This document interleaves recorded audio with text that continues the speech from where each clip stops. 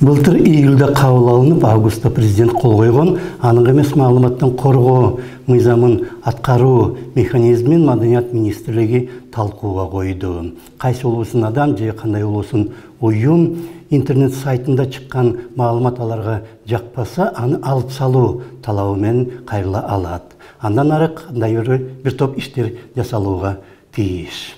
Мындай иштер мурда соттор аркылуу чечилчү жана биринчи эле жыйында сот андай маалыматты алып салуу чечимин чыгарчу. Бирок эки маселе болгон. Доо арызды кабыл алуу иштери бир топко созулуп кетиши мүмкүн эле. Экинчиден, интернет маалымат каражаты болуп эсептелбегендиктен доо арызды такыр кабыл албай да коюу мүмкүнчүлүгү бар болчу. Бул мыйзам ошондой иштерди ылдамдатуу максаты менен кабыл алынган, бирок Маданият министрлиги сунуштаган механизм өтө деле ылдам эмес. Ал эми кимдир бирөөнө каралаган маалымат эл арасында кеңири тарап кетиш үчүн бир эле күн же 2-3 күн эле керек болот.